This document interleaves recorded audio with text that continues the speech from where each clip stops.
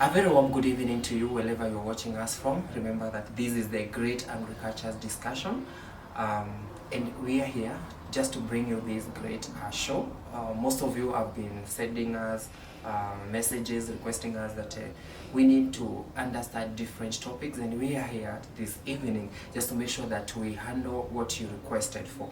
And being an evening, it's not an exception, just like other evenings. And with me here I have a guest this evening. I'll just let him introduce himself, but before that allow me to bring a short profile about him. It will be appearing on your screen shortly. His name is Nelson Motugi Silas. He studied B.Ed in early childhood development and at Kenyatta University. He also holds a master's in project management at Kenyatta University.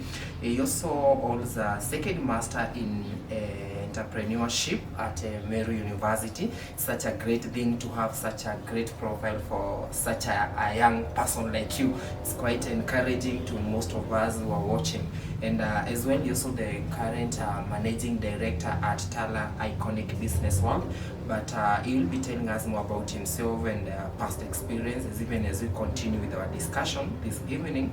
And I am sure that as well, you are watching and you are expecting to learn something at the end of the discussion.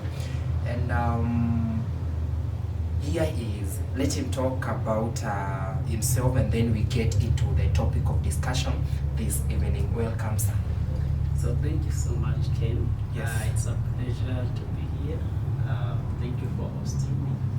And hello viewers. So like Ken introduced me, my name is Nelson Motugi Silas. And I'm a young Kenyan, I'm youth. And I'm passionate about driving the youth agenda, and especially in agribusiness, changing the narratives about youth and agriculture. I believe as we engage in the show, we'll be able to unpack several of the issues and the prejudices and narratives that people have about youths and agriculture. Wow, that is very encouraging of you. And I believe that maybe you're watching there, you're a young person, you've never encountered such kind of a discussion. Just take some time and watch this to the end. Our discussion this evening is about food security, but we want to base it more on youth and agriculture. You know, according to the research that has been done by the Food Agriculture Organization, most of the families do struggle just to put food on top of their table. And there is a lot of in marginalized communities. You've been working with the communities down in the villages. You can bear as witness this evening that so many people are struggling just to put food on their table. As well, most of the youth are loitering around the street, begging, and some are so energetic. Instead of using that energy just to produce food, they are just wasting that energy into drugs and other pressures of the world. Maybe you can tell us what drove you to have that passion for developing youth in agribusiness, even before we look into this issue of food security in regard to youth and agriculture. So thank you, Ken. Yes. So as a young person, grown up in a family that did agriculture. So my schooling basically was funded from proceeds from agriculture. And I used to live with my grandparents, and they embraced farming. And most of the time when I was not in school, I was engaged in agricultural activities. So in my high school, I had this interest in agriculture, and I chose it. It was my best subject. But that is not what made me be in agriculture. So after college, I went to work in the community, in community development, and it was in Coast. And in Coast, they have a shortage of food, so they import food from up country. And food there was quite expensive. So I was considering how I get free food from home vis-a-vis the expensive foodstuffs I was accessing while working at Coast, and working in communities that were poor and had difficulties accessing food. They could have a meal a day or even no meal, a meal in 2 days. And I got an opportunity to try to see if agriculture would do there. And I did it for fun, but it turned out to be something that is worth doing. The first attempt, which was fun, made money, more than even I was making in my job. So I was like, so this is something that I can also try. And with that first attempt, which was out of fun and trying to see whether food could do in cost, gave me a really compelling drive to try to see if I could try things in agriculture. So I started studying online, and that's how actually I came to know about your show, because I'm so much interested in agriculture, and I've made it a passion, not only to do it for myself, but also to engage youth in transforming their lives through engaging in agribusiness. Okay. And even as we continue, there's that driving force that came about to you, just to develop your interest into agriculture. And now, while I was looking at your profile, I found that you're the managing director of the Tala Iconic Business World. Maybe you can tell us shortly what you do with the Tala Iconic Business World. Okay, so Tala Iconic Business World is an agricultural-based company, and our key value is one, to use the company to change the youth's narrative and perspectives about agriculture, that young people can venture into agriculture, create employment for themselves, and also create employment for other people. So the Iconic Business World addresses 3 issues. One is youth and employment. So we use it as a platform to bring youth on board, but as a learning platform for them to be able to learn and start their own agri-based enterprises. 2, like I told you, there is a disconnect between the food that is there and the price.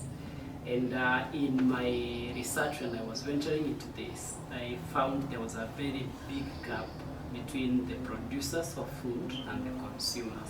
So in between are middlemen who buy food from farmers at low prices, but they sell it very expensively to consumers. So people do have money, but it's not enough for them to be able to consume. So you find the nutritional diets of people is quite imbalanced, not because food is not available, but food is very expensive for them to afford.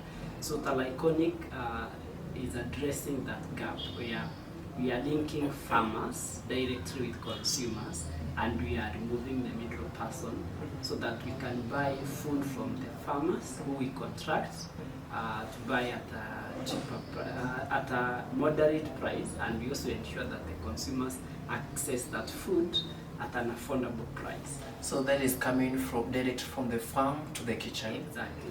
Okay, and as well, so you see, when it comes to the agricultural, when it comes to the agricultural marketing, we have the key players in that area. We are the farmer, we are the middleman, and the ultimate consumer. So if the middleman will be removed from that, and you will not act, what do you think? How do you think? Will the middlemen still have enough food, or what will happen to them now that you've removed them in that chain? I think today's discussion is about food security. Sure. And food security is about food being available physically, and people having money to buy and consume that food. That is what is food security. Sure. So Kenya is an agricultural country, and we have people who do farm. Maybe our food might not be very enough or adequate to serve our whole population. But you will find consumers are there. Their income is either middle or low, but food is very expensive. So people are not able to consume. So what middlemen do is they discourage consumers from consuming, and this is a disadvantage to farmers, because they will farm, they will even go at losses, and the only person who is benefiting is the middle person. Sure. The consumer even doesn't afford a balanced diet. because I have 100 shillings or I earn 200 shillings a day. And then for me I have a family of 5. I need like 200 shillings. It can't even buy a basket of vegetables, leave alone the dry goods. So what it means is people will have to survive by not buying goods or the food that farmers have produced. So these people should also engage into farming, and as well they do sell their product. Exactly. And then that brings us to what relationship does it exist between food security and agriculture? Now that these people are going back to farming, like one thing, I was doing a small research and I came to find out that the time you remember the time of during quarantine time, so many people went back to their villages and they went into farming. And that is good because they produce enough and even to consume right now and even in future days. That is the food security. Now, because there is enough food and these middlemen have gone back into farming as well. So what does this relationship, what does that kind of a relationship exist between food security and agriculture? Maybe you can tell us in regard also to the youth that are watching us. Yeah. So like I said earlier, food security is about the physical availability of food now and in the future, and the economic ability of consumers to be able to access that food that is available. So that means there is no food security if we do not have agriculture. Because for us to physically avail food, we have to go to the farm, produce, so that we have that food available. So when we talk of food security, what we are talking about is agriculture. Sure. So the foundation about food security is ensuring that people who have land are able to farm and produce food so that it is available and people can be able to access it. And accessibility is about affordability. So you can produce so much, but if people can't afford, food will rot in stores. So there has to be enough food people can access and they can as well afford that food. Okay, that brings us to something else. How agriculture contributes to youth employment and food security? Because you mentioned somewhere that you work closely with youth, empowering them in regard to agribusiness project. Now, tell us, how does this agriculture contribute to youth employment and food security? Sure. So, what every young person is looking for is to earn a living. Yeah. Get money, pay rent, pay school fees, buy clothes, meet basic needs, and even have some money for leisure. And young people are so much into getting the white-collar jobs where they're paid 15,000 shillings. That translates someone earning 500 shillings a day. And you work from 8 to 5. That means you have to wake up at 5 so that you make to be at work by 8. And when you leave work by 5, you get home by 7. You earn 500 shillings. Today, if I, with my degree or my master's, if I go to a farm, the daily rate in the farm is 500 shillings. And this farm is where I live. Yeah, so I don't need to have to spend fare to go where farms are. If I can stay in the village, and I have neighbors who have farms, and they can engage me on a daily basis at 500. 1, I'm earning money. 2, I'm gaining the skill to do agriculture. Sure. But maybe one day I can save enough, lease a piece of land, or even use my own piece of land that I inherit, when I get from my parents, and produce. So agriculture in its chain of production as places where youth can place themselves and earn a decent and a better income that they are happy about than when they go to look for employment where they have so much limitation to be able even to explore their full potential as young people. So in farming, youth can engage in production and then decent living. Two, when the food is produced, that food needs to go to the market. We were talking about middlemen who exploit farmers. So youth, out of the spirit of supporting farmers, they can still be the people who are selling this produce from the farmer. They create their own self-employment opportunities. You can connect with a farmer who is engaging youth. You pick product, you sell, you make money, and you create your own employment. Number three, we have value addition for products, agricultural products. So if there is any other sector that would create adequate opportunities for employment in our country, it is agriculture. Because at the farm, youth can either employ themselves there or they can be employed in the farm. They can be the people who are distributing and ensuring consumers have access to food, and they can own their own distribution businesses, and they can also earn value. Allow me to cut you short. We are coming back to that question. We are coming back to that question on the availability or the available opportunities in agriculture. We are coming back to that question, but before we break, allow me to engage you into this question. When you engage in agriculture, are there challenges that you are possibly you are maybe entitled to encounter, and how can you best mitigate those kind of challenges? Even as we break, because I can see my director is telling me that time is moving on. Okay. Yeah. So I think like any other aspect in life, there are challenges.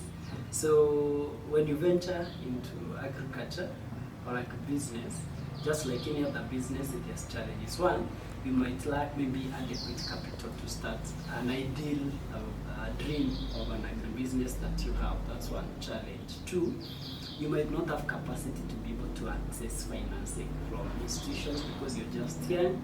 You've not built a credit that banks can use to finance you, and people may not trust to give you huge chunks of money to invest. Two, in production, there are diseases, there are pests. So you might venture, something fails, you feel discouraged. And in marketing, like I said, there is competition.